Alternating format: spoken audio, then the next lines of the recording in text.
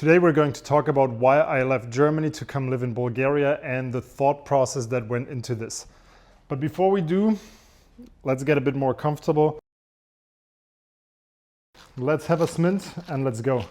So why the fuck did I do it? Why did I leave Germany? Why did I come here? Well, first of all, it was not for the apartment because this is not my place. This is my friend's place. I'm staying here until I have my own place, which I actually signed today. So it's just a matter of days until I live there. This is like my fifth one, so I hope I'm not getting diarrhea or something like that. So the big question is, was the move driven by me wanting to get away from Germany or me wanting to get towards Bulgaria? And to answer that, we have to go a couple layers deeper or take a step back, whatever you want to call it, and have to address the question of lifestyle design. Because for me, it all comes down to creating the life that I really wanted to live. And it's a question that I started asking myself at an early age. Now, maybe for you, that's not really early because you're even younger than that.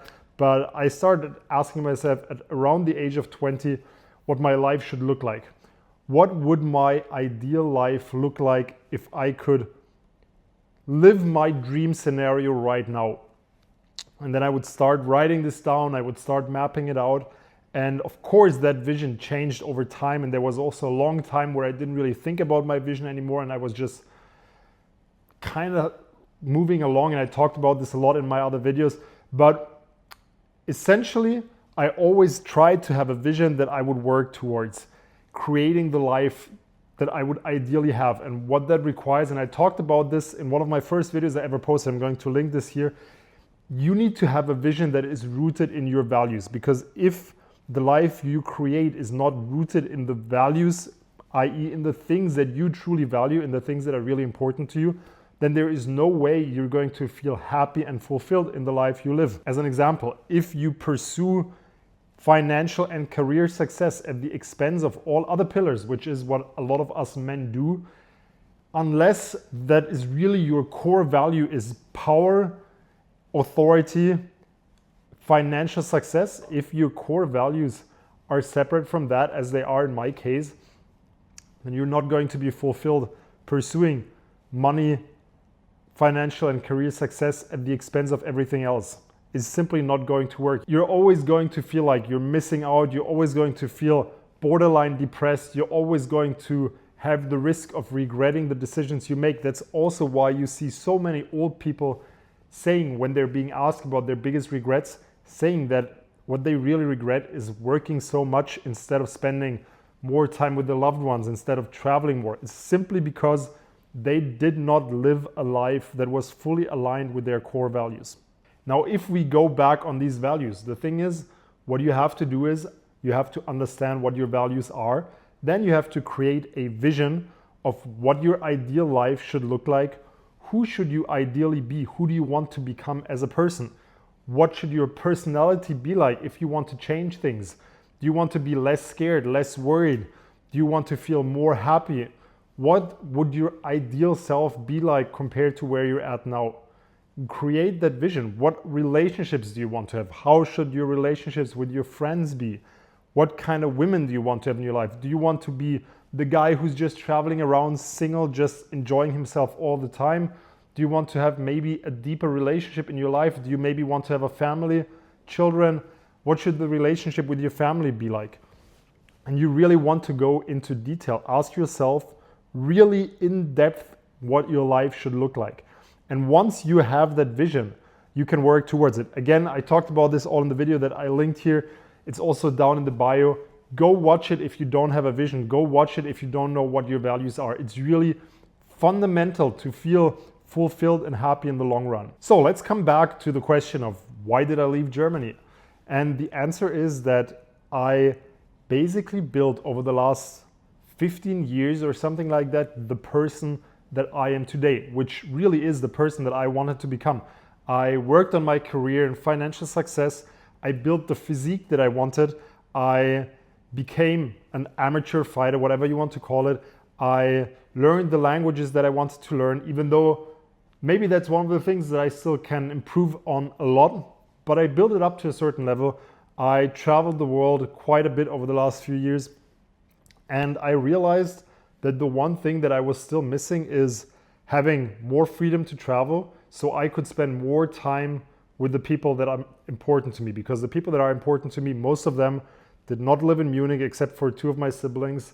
They're either traveling, living abroad, because a large part of my family is not from Germany, and I wanted to have the ability to choose to spend more time with them when I wanted. So I had been thinking about how to do it for a long time, and I finally found a setup that worked for me, moving out of the country, starting to continue working in law as a lawyer, but I'm mostly freelancing now, building my coaching business, helping my clients get better. So the word spreads, helping more people and improving on what I do so I can help even more people in the future, and maybe build a life that is focused more on contribution, more on helping people, so I have a bigger impact rather than focusing just on the legal work that I do right now. Now, a last thought here. One thing I also realized is that I hadn't really been passionate about being a lawyer in quite some time. And I always falsely assumed that the main reason for that was because I didn't actually enjoy law. I didn't actually enjoy doing legal work. But the truth is, and that is something that I've only realized again now that I've moved out of the country, the truth is that I did always enjoy being a lawyer. I always enjoyed practicing law. I just didn't enjoy the combination of extremely heavy workload that comes with being a corporate lawyer, that comes with being part of a law firm, the constant, permanent, heavyweight workload, and combination of that with not really having many people in my life that I care about simply because they lived in different cities, and a very routine life in my hometown based on the fact that my life mostly consisted of training and working. Since I didn't see many people, they're not there again. So now that I'm in a place again where I see friends, where I hang out with people that I like, and where I do more of the things that matter to me outside of work, I feel like I can enjoy the actual legal work a lot more again as well. And that actually reminds me of an experiment they did where they put rats in a cage and gave them the possibility to sip on a drink that was laced with cocaine. And the average rat would just hit the cocaine button until it died, until it literally died. However, when you gave the rats a different cage, a cage where there were activities to do for them and other rats to bond with them, most rats didn't go for the cocaine. Most rats didn't die. And the lesson here is that your environment, the people that you spend time with, have a huge impact on your happiness, have a huge impact on whether you feel fulfilled. Living in alignment with your values, living in alignment with the things that matter to you in the long term will win over almost everything else. So think about it. Really go watch the video in the description down below on how to create a vision that is rooted in your values. If you do that, you will have so much more clarity on what matters to you in life and what you should actually be doing, especially if you're not feeling fulfilled right now. That being said, let's show you a little bit of this beautiful city. It's actually a pretty nice city.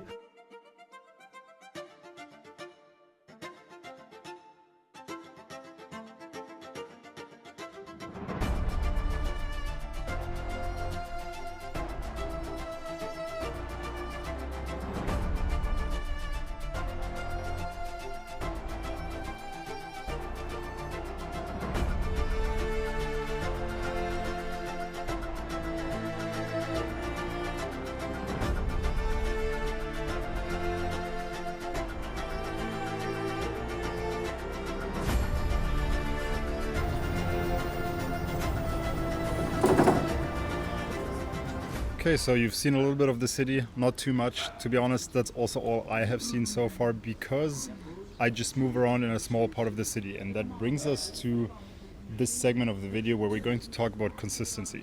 Consistency is really what's going to make or break your long-term success in health and fitness.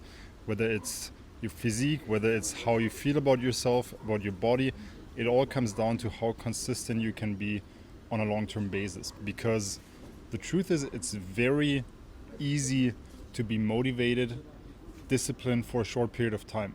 But it's not easy to be motivated and or disciplined, i.e. consistent over a long period of time. So for me, that's probably been the most important factor in my journey. And I boil it down to 3 things. The first thing is that I try to make everything as convenient for myself as possible. So here in Bulgaria, in Sofia, I was looking for an apartment that would be as close as possible to a gym, good place where I can meet my friends for coffee or work, good place to have food, and a kickboxing gym. And I found an apartment that is about 3 minutes walk from a gym I can train in. And at the same time, it's about 20-minute walk from my kickboxing gym. And it has a bunch of coffee spots, and it has a restaurant where we eat all the time, where we have a wide selection of Bulgarian protein meals, which is pretty much just protein source, carb source, and some vegetables. So it's perfect.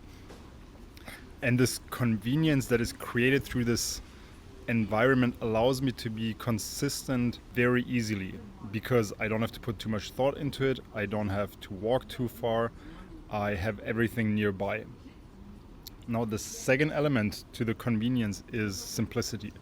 I try to keep everything as simple as possible. If I can have a simple backup meal, like something that I can quickly prepare at home and eat, like a yogurt or a skyr or something like that with some blueberries, maybe some chocolate protein powder. It's one of my favorite snacks if you follow me in my stories that I might have occasionally in the afternoon.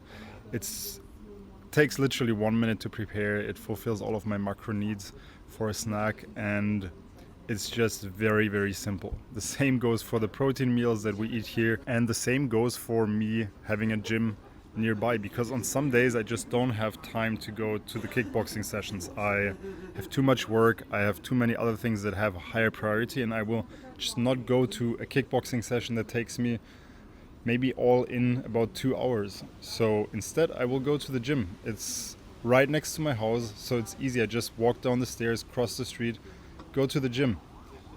Takes me 45 minutes all in. And that brings me to the third point, having a contingency plan or a plan B, because on some days you won't even have the 45 minutes to go to the gym. And if you're very busy, that's probably going to be more than once a month. It's probably more going to be like 2 or 3 times a week. And for those days, you want to have a fallback plan, especially if you want to train on a very consistent basis. You want to have a fallback for everything. You need to have a fallback for your training, which could be a 15 or 20-minute home workout. You want to have a fallback for your meal. What do you do if you don't find a restaurant that has the perfect meal option? What can you eat there? You want to have a fallback for when you feel really hungry late at night, so you don't start snacking on some trash that's not going to help your goals.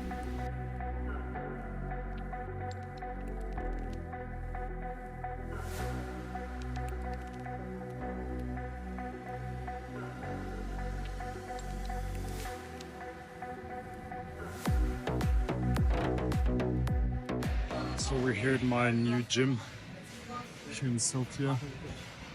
It's actually a chain, but I'm really liking it. This is the nicest one of their venues, and tomorrow I'm super excited going to this new kickboxing place. I found it looks really promising. Only been there after the class, but tomorrow is going to be first class. So maybe I'll make this vlog thing here into a 2-day thing so I can take you there tomorrow and show you what it's like. I'm on the way to this new kickboxing gym. Most Soviet building in town here, and not gonna lie, today I really didn't feel like going. Happens probably once a week or something like that, but today I really didn't feel like going because it's a new gym, never really been there. Went to check it out 2 days ago and it looked really good, but I'm feeling like, hey, I won't know anyone there.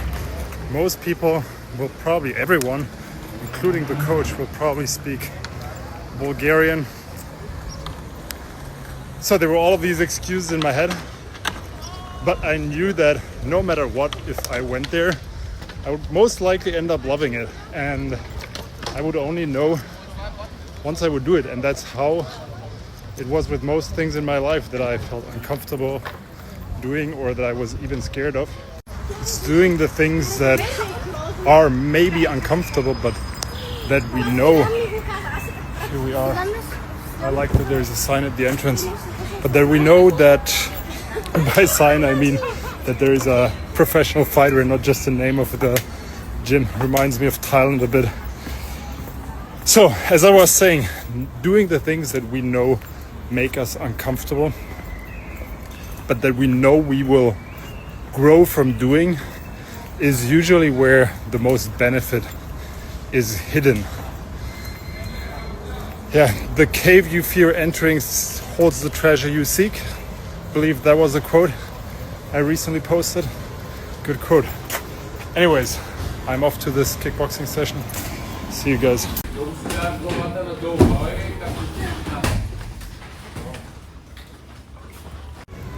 Well, I'll let you guys guess whether that was a good session. So worth it though. Moving my ass there, getting it done. Good gym I found there, really good gym. Guess I got lucky there, and good session as well. That's it.